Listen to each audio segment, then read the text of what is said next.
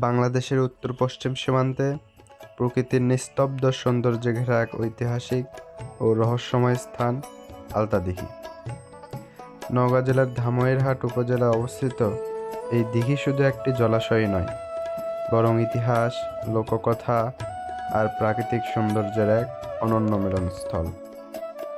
প্রায় কয়েক শত বছরের পুরনো এই দিঘিকে ঘিরে রয়েছে নানা রূপকথা। বলা হয় একসময় স্থানীয় রাজা প্রজাদের পানির কষ্ট দূর করতে এই বিশাল দিঘি খনন করেন। দিঘির চারপাশে বনভূমি ও প্রাকৃতিক পরিবেশ গড়ে ওঠায় জায়গাটি আজ পরিচিত হয়েছে আলতা দিঘি জাতীয় উদ্যান হিসেবে। চলুন একসাথে উপভোগ করি আলতা দিঘি জাতীয় উদ্যানের অপার সৌন্দর্য।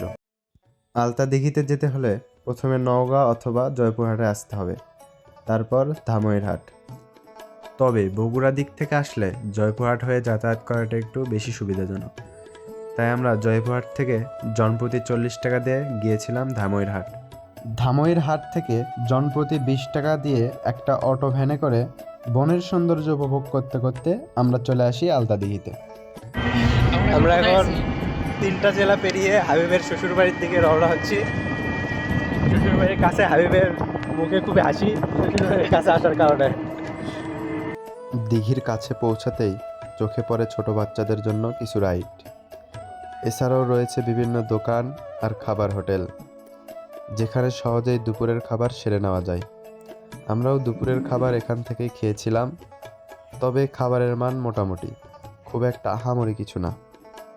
একটু সামনে এগোলেই চোখে পড়বে একটি ওয়াচ টাওয়ার। এই টাওয়ারে উঠে উপভোগ করা যায় আলতা দিঘি আর আশেপাশের বনভূমির অপরূপ সৌন্দর্য। উপরে উঠে চারপাশে দেখলে মনে হবে এখানে আসার প্রতিটা সময় এবং টাকা পুরোপুরি উসুল।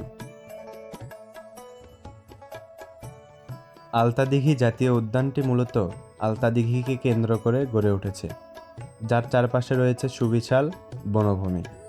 প্রায় 264 হেক্টর বিস্তৃত এই বনভূমি শালবন সহ নানা প্রজাতির গাছে সমৃদ্ধ, আর যার মাঝখানেই রয়েছে প্রায় 43 একরের ঐতিহাসিক দিঘি।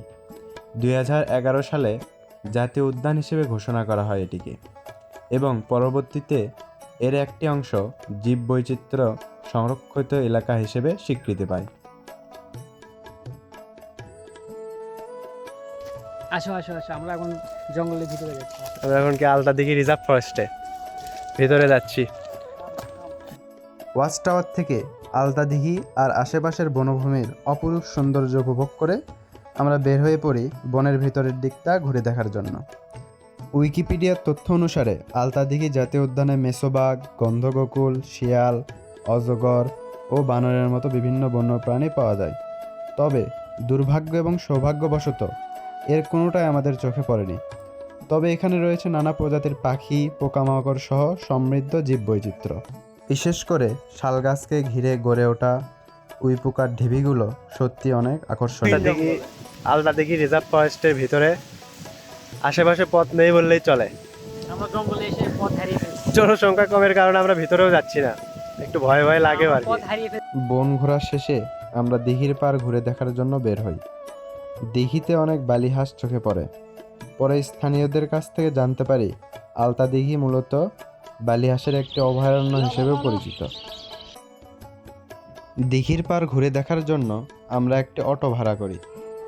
অটোতে করে যেতে যেতে জানতে পারি আলতা দিঘির অপর পাড়টি আসলে ভারত ও বাংলাদেশের সীমান্ত। এই তথ্য জানার পর মনের মধ্যে এক অদ্ভুত ভালো লাগা কাজ করতে থাকে।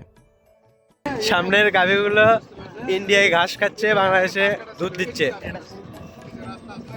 আমি ইন্ডিয়ার সরকারকে দৃষ্টি আকর্ষণ করছি, গরুগুলো ইন্ডিয়ার ক্ষতি করছে। কিন্তু হাবিব, তুমি ইন্ডিয়ায় চলে এসেছো, কেমন লাগছে? আন্তর্জাতিক সীমানা রেখা, ওই পাশ ইন্ডিয়া, এই পার বাংলাদেশ, এই রাস্তা বর্ডার। একটু দূরে তাকালেই দেখা যাচ্ছিল কাঁটাতারের বেড়া, আর তখন মনের মধ্যে একটা প্রশ্নই ঘুরপাক খেতে থাকে।